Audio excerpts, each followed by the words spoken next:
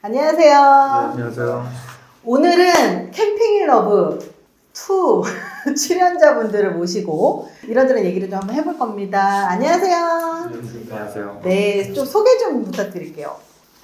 네, 안녕하세요. 저는 캠핑 인 러브 시즌 2에 출연했었던 유선민이라고 합니다. 네, 반갑습니다.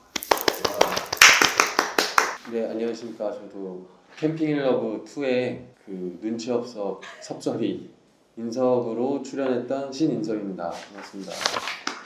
아니 이렇게 출연해가지고 섭섭이라고 하는 별명 얻기가 쉽지 않아요, 그쵸? 너무 궁금한 게 왜 지연님한테는 희선님 얘기하고 희선님한테 채인님 얘기하고 왜 그런 거예요 대체? 이게 저도 방송을 보고 알았습니다. 본인이 그랬다는 걸? 네. 그게 만약 일상이라면 주변에 여자들 많죠? 제가 생각보다 인기가 없어요. 아, 인기는 없겠죠. 근데 여자는 많죠.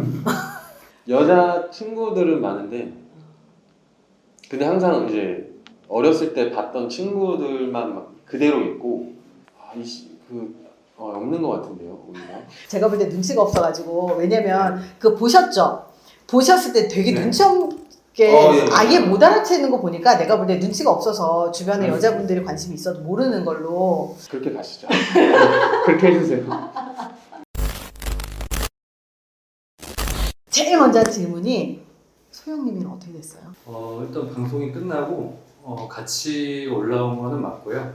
그 이후에 연락을 계속 하지는 못했습니다. 왜요? 일단 한 두 가지, 제 입장에서 한 두 가지 정도 이렇게 요약될 수 있을 것 같은데, 일단 첫 번째로는 그 방송을 할 때와 이제 현실로 돌아왔을 때가 많이 달랐다. 현실로 돌아오니까 어땠어요? 그러니까 촬영을 하는 동안 제가 이제 일을 그동안 못해서 어떤 사람의 문제라기보다는 그 상황적으로 현실로 돌아와서 좀 바쁘게 일을 해야 되는 상황이었어서요. 그러고 나니까 이제 자연스럽게 좀 연락이 좀 소원해졌었던 것 같아요. 근데 제가 또 제일 또 궁금해서 제일 먼저 물어봤던 게 있었어요. 인섭님이 지연님을 찾아가서 네. 채은님하고 얘기를 더 하고 싶었다는 얘기를 눈치 없어. 지연님한테 그것도 좀 길게 얘기를 했어요. 제가 그랬나요? 네. 아, 그래서 지연님이 되게 열받았었어요, 그날. 근데 보는 사람도 진짜 다 열받아서 시청률이 그날 2배 됐잖아요. 와, 그렇군요. 눈치 없어. 대체 왜 그러신 거예요? 진짜 제가 그랬군요. 제가. 기억 안 나요? 예. 제가 그 얘기를 한 건 맞는데 일단은 그 앞에 제가 이제 서두로 많은 이제 데이트하면서 뭐 이런 부분이 좋았고 막 이런 부분이 좋았고 막 이렇게 얘기를 하다가 뒤에 나름대로 저도 이제 솔직한 부분을 표현한 거긴 하거든요. 방송이 되고 그 다음 날에 연락이 이제 와서 우리가 저랬구나 이랬구나. 근데 이제 너 저런 느낌은 전혀 없었는데 지은 누나가 오히려 너 사업하는데 괜찮냐. 괜찮으세요? 안 괜찮을 수도 있을 것 같아가지고 지금 여기 나온 겁니다. 그래가지고 농담이고요. 근데 이제 저도 내가 이렇게 비춰질 수도 있구나라는 걸 좀 알았죠. 근데 저도 나름대로 솔직하려고 했던 건데 눈치 없이 말한 건 있는 것 같아요. 그래서 좀 반성은 하고 있습니다. 직업이 뚜렷하게 별로 없고 자기 일에 별로 그렇게 막 만족이 없었다거나 뭐 그렇다면? 희선님과 이제 아, 지연님 오케이. 그리고 채은님, 소영님 다 직업이 있으시잖아요. 근데 만약에 그런 직업이 없었다면 그런 매력이 그냥 없었을 것 같아요. 그 몸에 배어있는 분명히 그 결과를 위해서 노력해서 쌓아온 이런 것들이 몸에 이 뿜어져 나오는 거잖아요. 이 아우라 같은 삶의 게. 태도가? 예. 직업 없는 사람이 싫다는 건 아니지만 그런 분명히 이제 뿜어져 나오는 매력적인 부분들이 분명히 없을 것 같아서 인기가 좀 없지 않을까요? 오히려 직업 없는 상황이었다면. 어떠셨어요, 선민님도?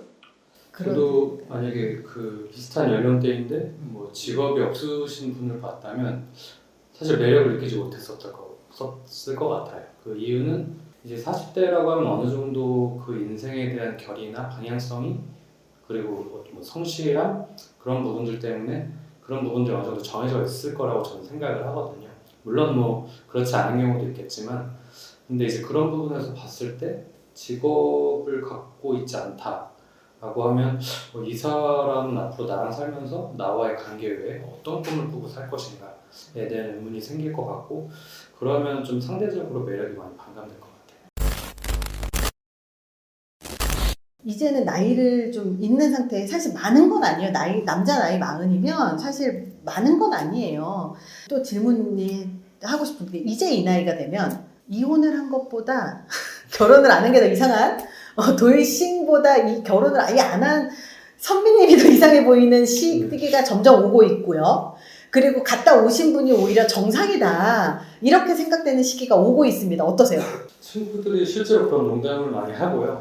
네, 저도 좀 웃으면서 받아들이고 있긴 한데 근데 한편으로 공감되는 가는 부분도 있어요. 뭐가 문제가 있는 것 같아요?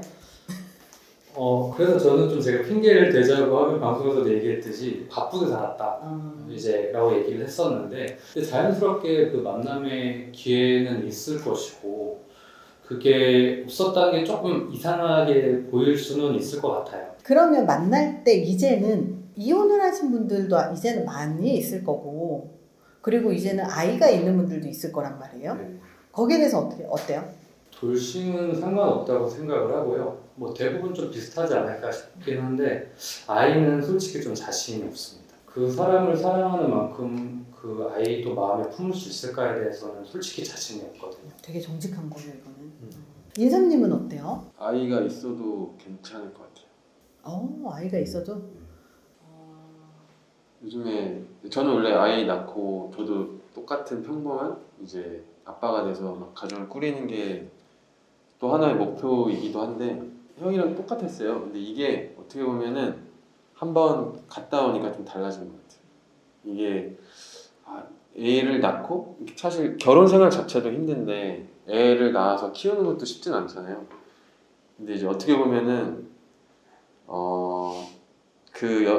사랑하는 여성분이 아이가 있다 같이 오는 거잖아요. 좀 더 편하죠. 이미 좀 커 있을 거 아니에요. 키우는데 힘듦이 좀 덜하다. 그렇죠. 속궁합 얼마나 중요하십니까? 사실 이런 얘기 잘 못하는 편이긴 한데 사실 중요하지 않아요. 중요하지 않아요? 네. 중요하지 않으면 이 사람하고 대화만 통하면 평생 플라토닉 러브를 하겠다. 약간 이런 건가요? 제가 대학교 다닐 때 별명이 목사였었거든요. 형 그래서 그런 좀 재미없는 얘기를 많이 하고요. 이런 부분에 대해서 약간 좀 개방적으로 말도 잘 못하는 편이고. 왜 말 못할까? 나이가 40인데. 저도 잘 모르겠습니다. 그런 거 같아요. 사실 저는 정서적으로 교감하는 게 제일 중요하다고 생각을 하고. 정서적으로 교감하고 한 번도 안 해. 1년에 한 번 해. 그건 좀 힘들지 않아요? 그러면 마지노선이 한 달에 몇 번이에요? 그래도 뭐 일주일에 한 2번 이상은. 일주일에 2번이면 미안하지만 되게 중요하게 여기시는 겁니다. 만약에 그런 여자를 만났어. 네. 그래서 한 달에 한 번도 못하게. 그럼 어떻게 하실래요? 좀 어렵긴 할 텐데 뭐 그 상황을 받아들이게 될 것 같습니다. 이 얘기를 들으시는 인섭님은 어떤 느낌이신가요? 저 완전 반대입니다. 왜냐면 제가 이 얘기를 들으면서 역시 결혼을 안 하신 분들의 이 생각이 약간 좀 판타지가 좀 있구나. 결혼에 대한. 저는 그렇게 느꼈는데 어떠셨나요? 공감은 저도 하고 있고요. 근데 이제 다시 제가 이제 사랑하는 여자를 만난다면 전 하루에 이제 2번 이상, 3번 이상 나는 무한정력이다. 하고 싶은 여자를 만나고 싶어요. 그러면 이 섹슈얼적인 네. 이런 매력이 굉장히 필요하다라는 거네요. 필요하다 생각합니다. 지금 갔다 오셨잖아요. 네. 결혼 생활을 하면서 우리 그 속궁합 중요하다고 생각이 바뀌신 건가요? 아니면 원래부터 그랬나요? 좀 바뀐 거예요.